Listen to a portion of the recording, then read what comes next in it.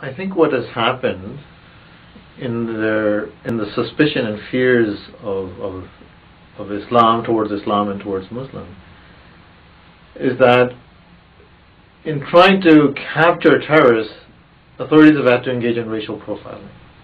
They've had to say, okay, well, who are these terrorists?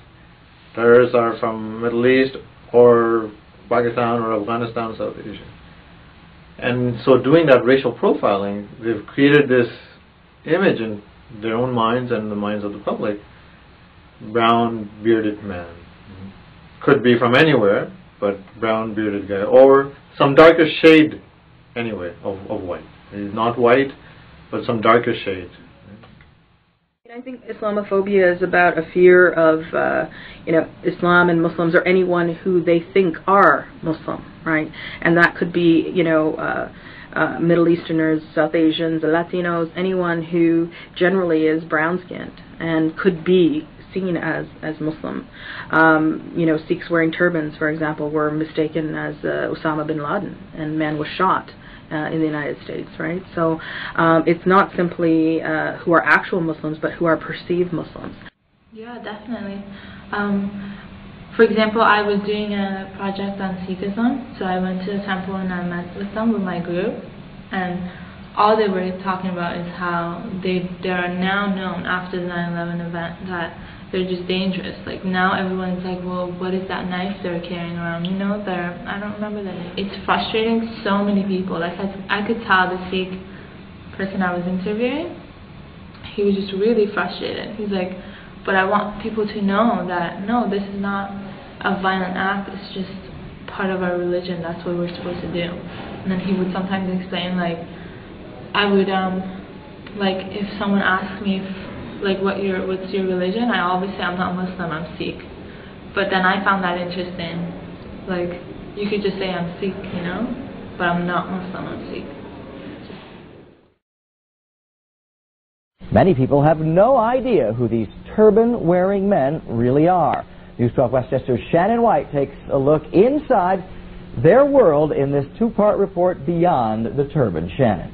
Brian, the Sikhs are not terrorists. They're not Muslim or even from the Middle East. In fact, they come from northern India and form the 5th largest religion in the world. And today is their new year. We visited some of the 1,000 Sikhs who live in Westchester, and because we were at their worship service, our crew wore head coverings. Right, 3 to 5. Well, it's funny how the first thing she said was they're not terrorists, they're not Muslims, they don't come from the Middle East. That means all terrorists are Muslims who come from the Middle East. That's their definition. It's clearly not the case. It's on the news too. Because there's Muslims everywhere. They don't have to be from the Middle East. They don't have to be terrorists. Muslim males as terrorists, I can think of a specific example of that being there's a number of Muslim males were trying to pray at an airport, I believe in the United States, and some passengers were concerned that these men performing the required prayers were actually praying to Allah before committing a suicide bombing.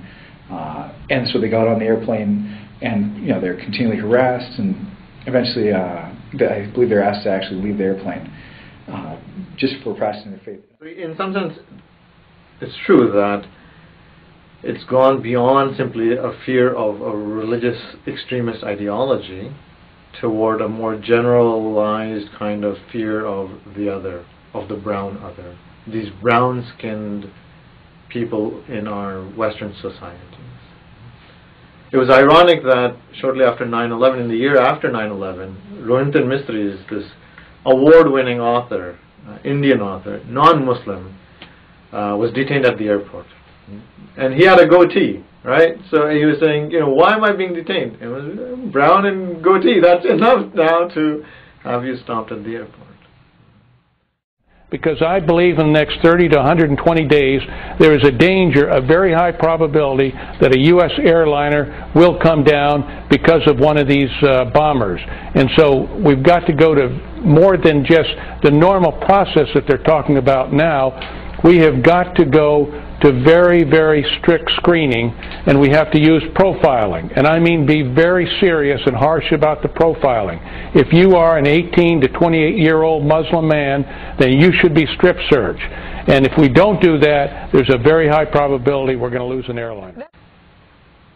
I mean, let's not forget that It was only yesterday, it was just the blink of an eye that the Japanese were interned after World War II. 50 years ago, we think we've become enlightened. We would never do that again. Right? We've come a long way. 50 years ago is just yesterday in the history of humankind. It's a blink of an eye. And in German society was the most scientifically advanced, literate, educated society, and if it could lead to the Holocaust, why should we think that in Canada we couldn't go into camps again? They wouldn't round up people again. Why should we be so secure that, oh no, our civil liberties are so strong now that we won't be engaging in that kind of stuff? I don't have that kind of confidence. No. Well, I think first we need to people drawing connections so that our neighbors realize that, okay, yeah, there are some extremists, but that doesn't represent the majority. We also need to recognize that there are grievances and legitimate grievances against American foreign policy, against Canadian foreign policy. And that is what is instigating the extremism and the hatred, rather than any innate religious ideology or anything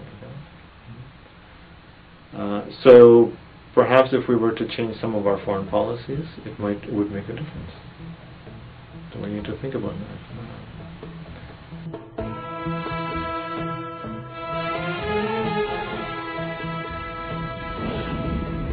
I come from a land, from a faraway place, where the caravan camels roam. Where it's flat and immense and the heat is intense. It's barbaric, but hey, it's home.